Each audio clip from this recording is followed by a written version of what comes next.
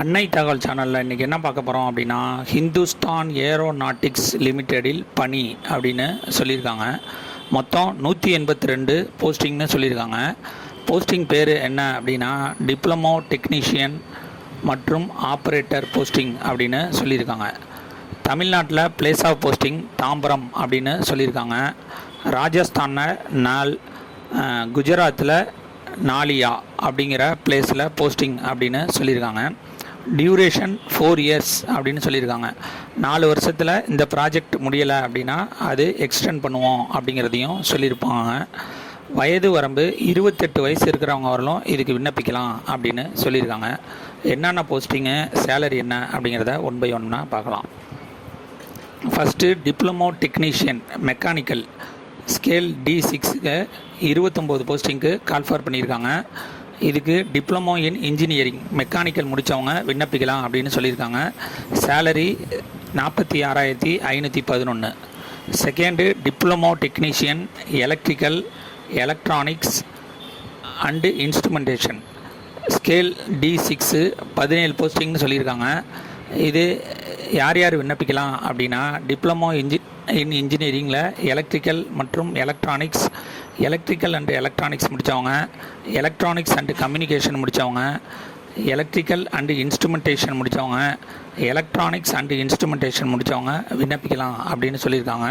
Starting salary 46,511. Third operator fitter scale C5 105 போஸ்ட்டுக்கு call for பண்ணியிருக்காங்க.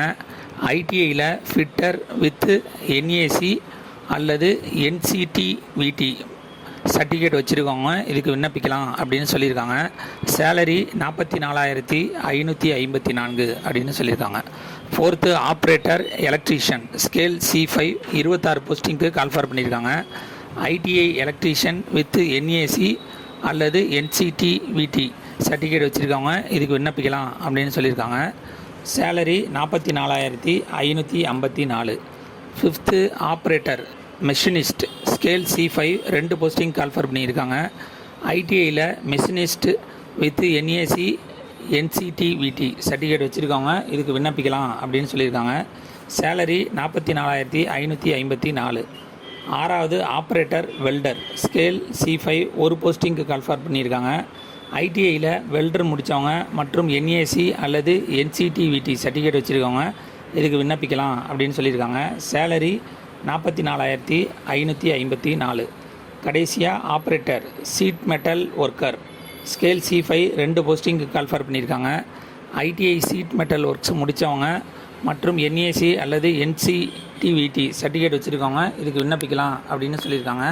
Salary 44,554. Age relaxation யார் யாருக்கு கொடுத்துருக்காங்க அப்படின்னா, SC/ST கேண்டிடேட்டுக்கு 5 இயர்ஸ் ஏஜ் ரிலாக்ஸேஷன் கொடுத்துருக்காங்க.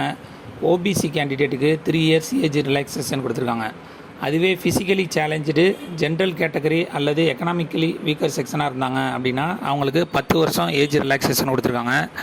ஃபிசிக்கலி சேலஞ்சரி SC/ST கேண்டிடேட்டாக இருந்தாங்க அப்படின்னா அவங்களுக்கு 15 வருஷம் ஏஜ் ரிலாக்ஸேஷன் கொடுத்துருக்காங்க. கடைசியாக ஃபிசிக்கலி சேலஞ்சர் OBC கேண்டிடேட்டுக்கு 13 வருஷம் ஏஜ் ரிலாக்ஸேஷன் கொடுத்துருக்காங்க. Applications relaxation in upper age limit will be provided as per government of India rules அப்படின்னு சொல்லியிருக்காங்க. விண்ணப்பிக்க கடைசி நாள் 12/6/2024 மதியம் 2 மணிக்கு உள்ள முடியுது அப்படின்னு சொல்லியிருக்காங்க. டிஸ்கிரிப்ஷனில் லிங்க்கு கொடுத்துருங்க. விண்ணப்பித்து வெற்றி பெற்று பணியில் சேருக. நன்றி, வணக்கம்.